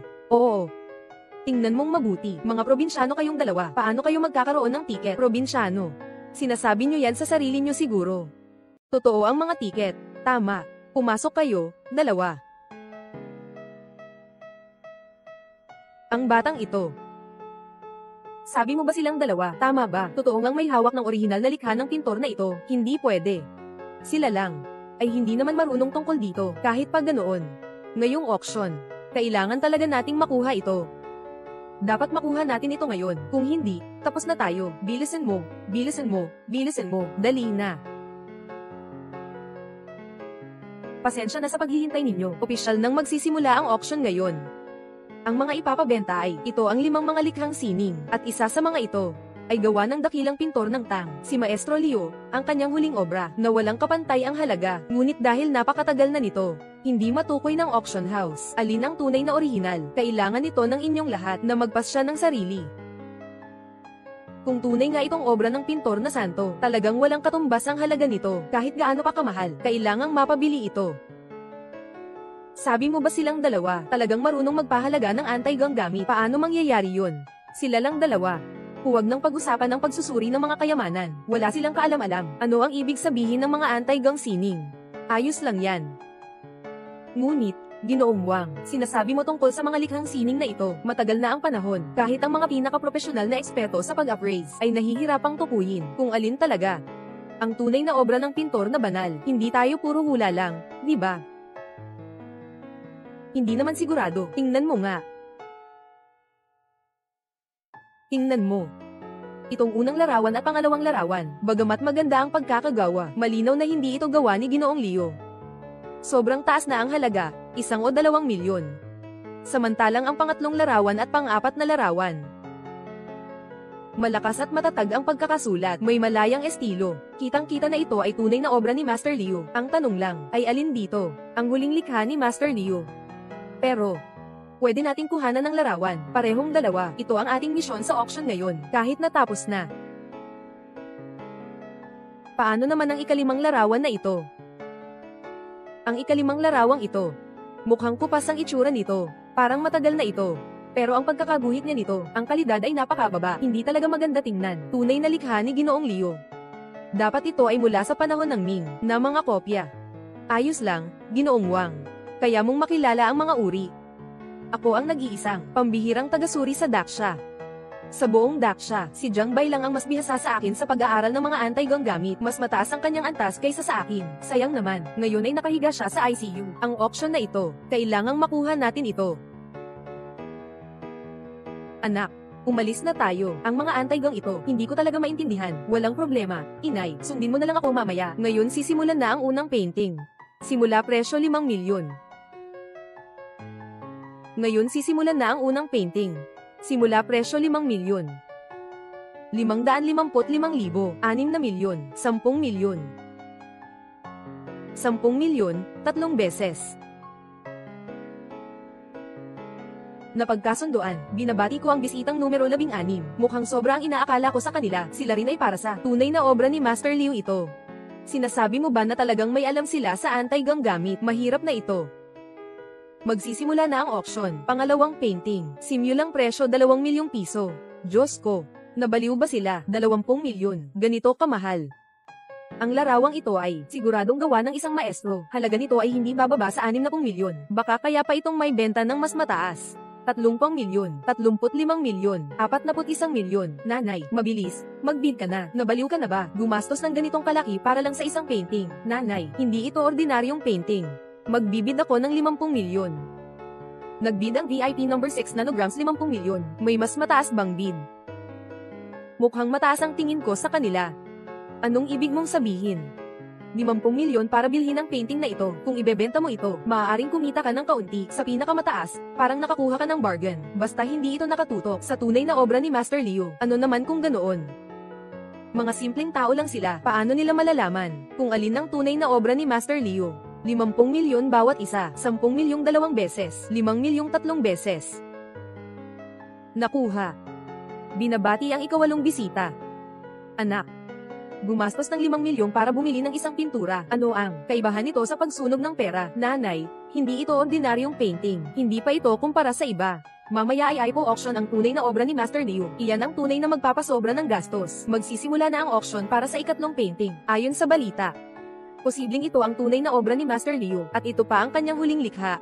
Hindi masukat ang halaga. Ngunit dahil sa limitadong kondisyon, hindi rin matukoy ng auction house na ito kung alin ang tunay. Pakiusap, mga ginang at ginoo, linisin ang inyong mga mata, at maingat na kilalanin. Simula presyo 50 milyon. Dumating na si Ginoong Wang. Ito ang gawa ng Yamamoto Group na pinabili nila sa atin. 50 milyon. 50 milyon. Ang bisitang numero 12 ay nag-alok ng 50 milyon. Hindi ko inakala na gusto rin nilang bilhin mga obra ni Master Leo. Sayang lang. Baka hindi nila alam na ang larawang ito ng pagtingin sa ulap ay isang piraso. Bata, bakit ka tumatawa? Tinutulok ko kayo na gumastos ng 80 milyon para lang makabili ng peke na painting. Sobrang tanga talaga. Peke yan. Huwag kayong padadala sa batang ito. Tiyak na totoo ang painting na ito. Sadyang sinasabi niya yan para maliga ang lahat. Mga bata, hindi dapat basta-basta magsalita. Bakit naging peke ang larawang ito? Tama. Hindi ko alam kung anong bata ito. Walang kahit anong asal. Sinasabi mong totoo ito. May ebidensya ka ba? Ebidensya. Ako ang ebidensya. Ako nga ang nag-iisang espesyal na taga-suri sa Jiang Province. Sinasabi kong totoo ito. Ayon sa aking pagsusuri, ang larawang ito ay 80% ay tunay na gawa ni Master Leo. Iyan ay isang obra na walang katumbas na halaga. Sige na, Ginoong Wang, huwag mo na siyang patulan. Isang batang pasaway. Mahalaga munang kunan natin ng larawan ang painting. Mula pagkabata, mahilig na talagang magsinungaling ang batang ito. Siguro ngayon, nagsimula na naman siyang magkalat ng kalokohan. Mukhang nagsimula na naman siyang magkalat ng kalokohan. Hindi pala nakapagtaka. Ang totoo pala, pasaway siyang bata. Sige na nga, ayoko nang makipagtalo sa batang pasaway. 80 milyon isang beses. 80 milyon 2 beses. Magbibigay ako ng 100 milyon. 100 milyon. Ganun ba kamahal ang painting na ito? Ano ba ang alam mo? Kung totoo ito, huwag mong sabihin 100 milyon. Baka kahit 1 bilyon, hindi mo mabili. Tunay na walang katumbas na yaman. Pero paano kung peke ito? Kaya ayaw nilang magtaas ng presyo. Kapag nakabili ka ng peke, tapos na. 200 milyon. Anong ginagawa mo? Ito ba, gumastos ng ganito kalaki? Paano kung peke ang mabili? Walang problema. Ang larawang ito at ang ika-4 na larawan, siguradong isa sa mga ito ay tunay. Bumili na lang tayo ng dalawang ito. Hindi ba pwede? Hindi naman pwedeng ang ika-5 larawan. Ang tunay na gawa ni Master Leo, di ba? Walang posibilidad niyan. Ayos na iyon. Talagang may paraan si Ginoong Wang. Mayroon pa ba na mas mataas ang bid? 200 milyon, isang beses. 200 milyon, 2 beses. 200 milyon, 3 beses. Nabenta. Binabati kita, Ginoong numero 12. Pagkatapos ng pagwawakas ng auction, nagpadala ng espesyal na tao para dalhin sa iyo ang likhang sining. Si Wang Fei ito. Akala mo pa ay magpapatuloy ka pang magbid. Bata, huwag ka nang magpanggap. Huwag mong akalain na hindi ko alam na ikaw rin ay dahil sa tunay na obra ni Master Leo. Sasabihin ko sa'yo, ngayon, wala ka ng pagkakataon. Oo, sasabihin ko ng totoo sa'yo, ang ika-4 na painting na ito ay atin na ring pag-aari. Tunay na obra ni Master Leo. Siguradong isa ito sa dalawang ito. Bibilhin namin lahat. Talo ka na talaga. Sa dalawa ninyong ito, may utang pa kayong malaki. Saan kayo kukuha ng pera? Bata, Natakot ako na hindi nyo pa rin alam, di ba? Ang auction na ito ay sinusuportahan ng Yamamoto Group sa likod natin. Sinabi ni Ginoong Yamamoto na lahat ng pera sa auction na ito ay siya ang sisigot. At saka, basta't maipasa natin ang painting, kunan mo ng larawan at ibigay sa kanya, matutulungan niya tayo na mabayaran ang utang at makamit natin ang karangyaan at kayamanan. Kayong dalawa, ang mga likha ni Master Liu, ay mga pambansang yaman ng Daksha, at kayo pa ay nagbabala, biliin ko para ibigay sa mga tao ng Fusang. Wala ka bang hiya? Ano ngayon? Basta makapagbigay ng pera, gawin mo akong anuman. Oo nga, hindi ko iniintindi, kanino man nakaguhit, basta't magbayad ka. Gusto nyo bang manghimasok sa subgroup? Ayos lang, pero nakipagsabuatan pa sa mga dayuhan, talagang mga traidor sa bayan. Mga bata, anong sinasabi mo? Bumili lang kami ng mga pintura, para lang kay Ginoong Yamamoto, kayo. Sige na, sige na. Huwag makipagtalo sa kanila, hamupa ka na, dalawang masamang tao, huwag dapat mapunta sa kanilang mga kamay, kalma ka na. Ikaw, bata ka, at ikaw rin, Lia. Sasabihin ko sa iyo, kapag nakuha ko ang painting na ito, at naipadala kay Ginoong Yamamoto, sa tulong niya, siguradong papabankruptan ko kayong lahat. Gusto kong ipalabas kayong lahat sa kalsada para Ma'am Alamos. Lahat kayo ay lumabas at Ma'am Alamos. Kalmayin mo ang sarili mo. Ang susunod na ibebenta ay ang ika-4 na likha. Ayon sa balita, maaring ang painting na ito ay tunay na gawa ni Ginoong Liu. Ngunit, pakiusap sa mga bisita, maging mapanuri, huwag magkamali sa pagkilala. Simula presyo ay 100 milyon. Nagsisimula na ang auction. Gusto mo bang sabihin na peke rin ang larawang ito? Tama. Peke rin ang ika-4 na larawang ito. Akala ko kasi, bagaman bata ka pa, pero may alam ka pa rin tungkol sa pagsusuri ng mga anti-gang bagay. Pero hindi ko inasahan na siya talaga ay isang batang pasaway na puro kalokohan. Sinasabi ko sa'yo, ito na ang ika-4 na larawan natin ngayon. Sabi mo, ito ay, sa tingin mo, lahat ng mga gawa sa auction ngayon ay mga kalidad. Ginoong Wang, huwag mo na siyang kausapin. Kailangan nating ipagmalaki na. Kabilang tayo sa Sampo Group, isang batang walang kwenta. Ano ang laban niya sa atin? Simula ng presyo ay 100 milyon. Nagsimula na ang auction. Hindi na kailangan magtaas ng presyo, 500 milyon. Kailangan kong makuha ang painting na ito, 500 milyon. Hindi niya binibigyan ng pagkakataon ng iba. Hindi katakataka si Ginoong Wang. Talagang mayaman at makapangyarihan siya. Oo nga, ang batang iyon. Ngayong talagang nalagay siya sa alanganin. 5 bilyon isang beses, 5 bilyon 2 beses, 5 bilyon 3 beses. Nabenta. Batiin natin si Ginoong Haozu na muling nakabili ng isang magandang obra. Ngayon, ang dalawang pinakamahal na pintura ay nakuha na natin sa auction na ito. Panalo na tayo. Huwag kang magyabang ng maaga, hindi pa tapos ang auction. Ang ika-5 painting ay aming kukunin. Pare, gusto mo pa bang bilhin ang huling painting na ito? Sasabihin ko sa'yo ng totoo, ang painting na ito, isa lang itong basura. Nasa amin na ang tunay na obra ng pintor, nasa amin na ito. Kayo dalawa, lumayo kayo ng malayo hanggat kaya ninyo. Kayo dalawa, mga probinsyanong hindi nakakaintindi ng mga anti-gang bagay. Hindi ko maintindihan. Paano kayo nagkaroon ng mukha ang mga pumunta sa auction? Error na. Huwag magmadali. Hindi ba sinabi ng batang ito na bibilhin niya ang huling painting? Gusto kong makita ng personal kung paano niya bibilhin. Sige. Gusto ko ring makita ng personal kung sino ang tanga na gustong gumastos ng malaking halaga para bilhin ang pirasong ito ng basura. Ang auction na ito ay huling obra sa auction na ngayon ay sisimulan na. Ang panimulang presyo ay 2 milyon. Ang auction na ito, ang huling obra ay magsisimula na. Ang panimulang presyo ay 2 milyon. Ang basura ay basura. Masyadong mababa ang panimulang presyo. Hindi ko talaga alam kung sino ang tanga na bibili nito. Magbibigay ako ng 2 milyon at 100,000. Pasensya na, bawat dagdag presyo ay hindi bababa sa 100,000. Lia, mas mabuti pang dalhin mo siya para tingnan ng utak niya. Hindi pa nga alam ang mga patakaran, nakakahiya. Kaya nga sinasabi na kayo ay mga probinsyano. Hindi ko talaga maintindihan paano kayo nakapasok sa auction na may hawak na tiket. 2 salbaheng tao. Xiao Yuan, huwag mo silang pansinin. Ano man ang gawin mo ngayon, susuportahan ka ng nanay. Sige. Maglalabas ako ng 210,000, 3 milyon. Nagbid si Ginoong Wang ng 3 milyon. Hindi ko inasahan. Gusto rin nilang makilahok sa bidding ng likhang ito. Anong ginagawa mo? Walang halaga ang painting na ito. Basura lang ito. Ayaw ba niyang bilhin ito? Dagdagan natin ang presyo para sa kanya. Hindi natin siya dapat hayaan. Napakadaling makuha. Gusto mo bang sadyang magtaas ng presyo para gumastos siya ng mas maraming pera sa wala? Sobrang pinahirapan tayo nila. Tamang-tama, gamitin natin ang pagkakataong ito para makaganti. Tawagin, patuloy na tawagin, bata. Maghintay ka lang. Ngayong beses, siguradong mamamatay ka.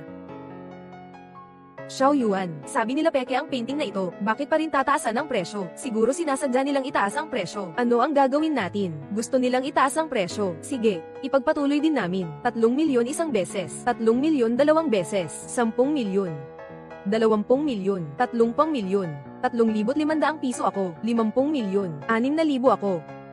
Ayaw namin, ayaw namin, ayaw. Huwag nang tawagin pa, malayo pa yan. Itutuloy ko, papaluhurin ko siya. Paano kung sinadya niya yan? Anong ibig mong sabihin?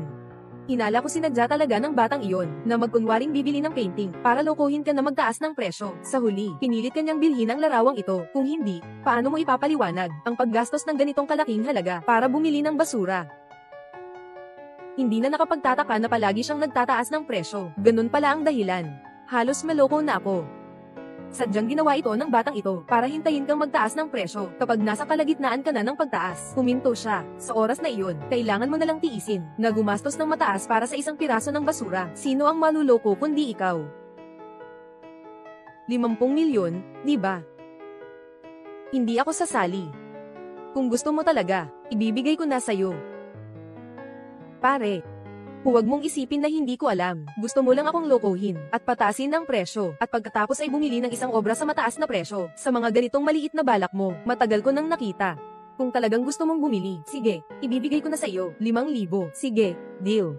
Binabati kita, mahal na bisita. Nakuha ko ang huling item sa auction na ito, na binibenta. Mama, ang saya, nabili ko na. Congrats, congrats.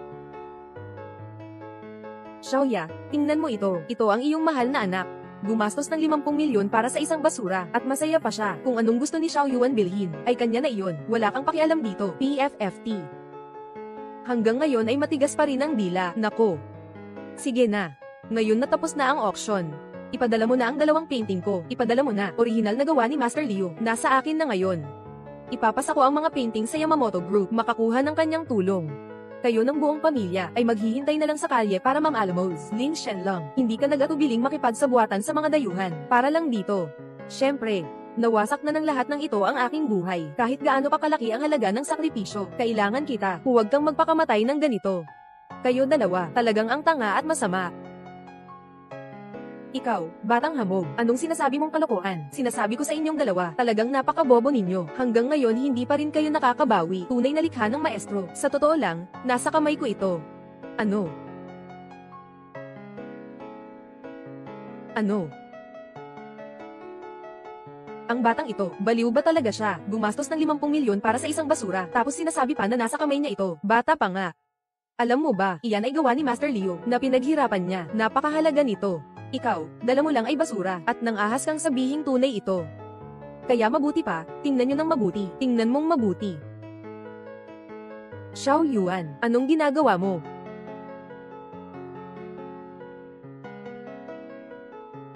Bakit niya pinunit ang larawan? Baka alam niya na. Gumastos siya ng 50 milyon para sa isang pekeng produkto. Nagalit na siguro siya. Bagaman ito ay isang likhang sining, ngunit matagal na itong panahon. Maaaring may halaga pa ito, ngunit kapag napunit, wala nang halaga.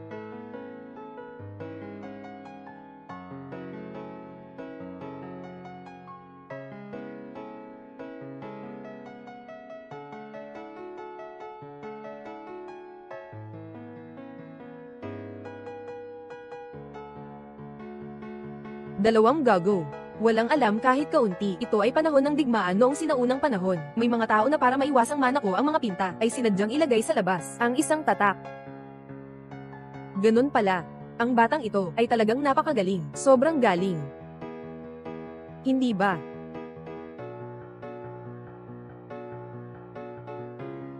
Talaga bang? Ito ang tunay na obra ng Pintor Santo. Sobrang dami ng tao. Sino ba ang nakarinig na may nakakita ng tunay na obra ng Pintor Santo? Ganun pala. Bata, maganda ang iyong panlasa. Ganun ba? Ang binili natin ng mahal, yung dalawang painting ay peke. Matagal ko na kayong sinabihan, pero hindi kayo naniwala sa sarili ninyo. Paano ko ito ipapaliwanag kay Ginoong Yamamoto? Bata, Pakiusap, ibigay mo sa akin ang painting na ito. Kung hindi ko makuha ang orihinal, hindi ko maipapasa kay Ginoong Yamamoto ang aking ulat. Pakiusap, kung hindi, lahat tayo ay tapos na. Xiao Yuan, tatay, please, tatay, please. Maari mo bang ibigay sa akin ang painting na ito? Ngayon, si Ginoong Yamamoto na lang ang makakatulong sa akin. Kung hindi ko mabayaran ang mga utang, kakulong ang tatay ko.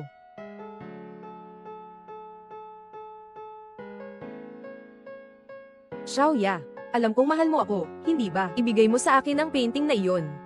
Noong una, ikaw ang ayaw magdiborsyo kay Xiao Yuan. Ikaw ang ayaw kay Xiao Yuan. Bakit hindi mo naisip ngayon na ganito na ang sitwasyon? Ikaw pa rin, ibibigay mo ang mga kultural na kayamanan ng daksya sa ibang tao. Lin Shenlong, wala ka talagang kahihiyan. Tama ka. Nanay, tayo na. Hindi kayo pwedeng umalis. Sige na, tatay, pakiusap. Ikaw, ibigay mo sa akin yung painting na iyon. Maliit na yuan, pakiusap sa'yo. Kung hindi mo ibibigay ang drawing, hindi kami aalis. Akala nyo ba kapag hinadlangan nyo kami, hindi kami makakalabas? Tanga. Xiao Yuan, ang taong palaway, ay dapat itapon na lang. Hindi ko na kailangang magsalita pa. Anak, sisiin mo si mama na bulag pala, kaya napasama ka sa ganyang gulo. Ikaw nakakapasok pa lang sa elementarya, ay nagdala na ng ganong bigat. Hindi bababa, natapos ko na rin ang misyon ng katawan na ito at naitama ko rin bilang si Jiang Bai na walang ama at ina ang pagkukulang na hindi nagkaroon ng pagkakataong magpasalamat sa kanila. Nanay, walang problema. Ngayon, lalaki na rin ako. Kayang-kaya kitang protektahan. Nandito ako. Walang masamang tao ang makakalapit sa'yo. Tara, kain tayo kay Tito. Kung aakyatin mo ako, hintayin mo lang. Ginoong Yamamoto, may apelyidong Wang, ang orihinal na likha ng pintor na santo. Kailan mo ito ibibigay sa akin? Ginoong Yamamoto, pakinggan mo. Ano ka ba? Ninakaw ba ito ng iba? Sinasabi ko sa'yo, ang Yamamoto Group sa pagkakataong ito ay nagbigay sa iyo ng napakaraming pera. Kung hindi mo makuha ang tunay na obra at maibigay ito sa Yamamoto Group, ay magiging masama ang kalagayan mo. Ginoong Yamamoto. Ginoong Wang. Sino iyon? Ginoong Wang. Hindi natin makuha ang 8 Diyos na larawan na ito. Kailangan natin ang mga yaman ng Yamamoto Group. Pareho tayong makukulong. Tumahimik ka. Kung hindi natin mabibili, kukunin natin ito. Sinasabi ko sa inyo, Xiao Yuan talagang siya ang aming maliit na Diyos ng kayamanan. Oo nga. Sa tulong ni Xiao Yuan, tumaas ng 5 beses ang So Group ngayong taon. Bilang mga shareholder namin, ngayong taon lang sa dividendo, marami na kaming matatanggap na pera. Oo. Pag sinabi mo yan, medyo nahihiya ako. Tingnan mo. Bilang tiyuhin ni Xiao Yuan, mas magaling pa si Xiao Yuan kaysa sa akin, di ba? Halika, Xiao Yuan, Tito, isang tagay para sa'yo, ang mainit ng samahan. Lin Shenlong. Bakit kayo dalawa nandito? Ano pa bang pupuntahan namin? Siyempre, para kumain. Hindi ba kayo welcome dito? Lumabas kayo. Huwag kayong magalit, mga Ginoo. Kami ay nandito lang para makipag-usap sa inyo. Ibigay ang tunay na obra ni Master Liu. Ilabas ninyo. Ibigay ang tunay na obra ng pintor ng mga pintor.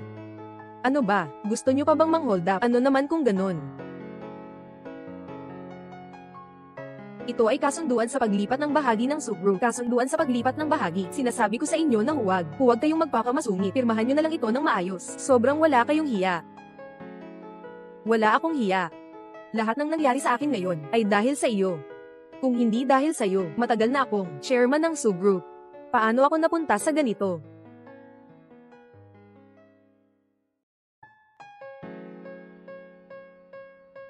Ibigay mo ang mga gamit. Dumating na si Lin Shenlong. Huwag kang magpadalos-dalos. Kung may sasabihin ka, sabihin mo ng maayos. Tigilan mo na ang walang kwentang salita. Ibigay mo na ang mga gamit. Kung hindi, walang makakalabas dito. Wang Fei, binigyan na kita ng maraming pagkakataon. Ikaw ang ayaw tumanggap nito. Huwag kang magsalita. Xiao Yuan, huwag silang pasakitan Sila'y nagagalit na. Xiao Yuan, mama ang magpoprotekta sa'yo. Lin Shenlong, kung may kailangan ka, sa akin ka lumapit. Huwag mong saktan si Xiao Yuan Tunay ng malalim ang pagmamahal ng ina at anak. Huwag mag-alala. Kapag ibinigay mo lang ang mga bagay, papalaya kita. Xiao Ya, dahil tayo ay mag-asawa, bibigyan kita ng isa pang pagkakataon. Ibigay mo ang mga bagay. Sige. Okay. Sige. Huwag kang makinig sa kanila. Gusto mo bang mamatay? Bata ka pa. Xiao Yuan, huwag magpadalos-dalos. Ibigay natin. Ibigay. Kunin mo na. Matagal ko nang nahulaan na ganito ang gagawin ninyo. Bitawan mo. Akala ko hindi nyo alam.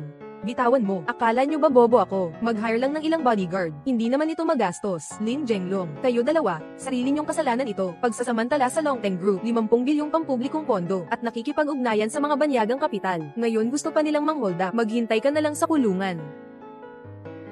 Alam na pala ninyo noon pa. Xiao Ya. Xiao Yuan. Bigyan niyo pa ako ng isang pagkakataon. Pwede ba? Pakiusap ko sa inyo. Bigyan niyo pa ako ng isang pagkakataon. Shan Peng. Ako ang bayaw mo. Ayaw kong makulong. Pakiusap. Palayain mo ako kahit isang beses. Bundok. Huli na. Xiao Ya. Si Xiao Yuan ay bata pa. Hindi siya pwedeng mawalan ng tatay. Pakiusap ko sa'yo. Sa taong katulad mo, hindi ka karapat dapat maging ama. Tama. Tao ka nga. Sige na. Ano man ang gusto mong sabihin, sabihin mo sa korte. Dalhin sila palabas. Bitawan mo ako. Xiao Yuan. Kayo rin, karapat dapat lang ito sa inyo. Tama. Dapat. Sige. Huwag silang pansinin. Tuloy tayo sa pagkain.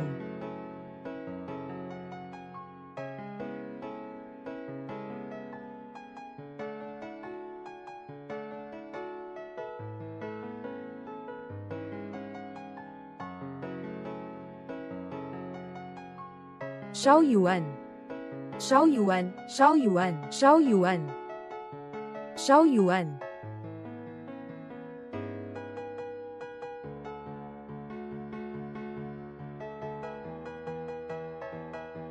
Sakit ng ulo ko. Kuya Jiangbei, gising ka na rin sa wakas. Xiao Wu.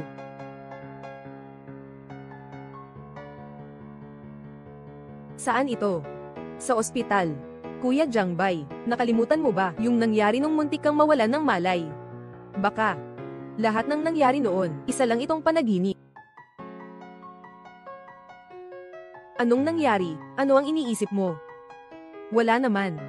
Iniisip ko lang, parang bagong gising sa panaginip. Mahirap to pa rin ang magandang panaginip.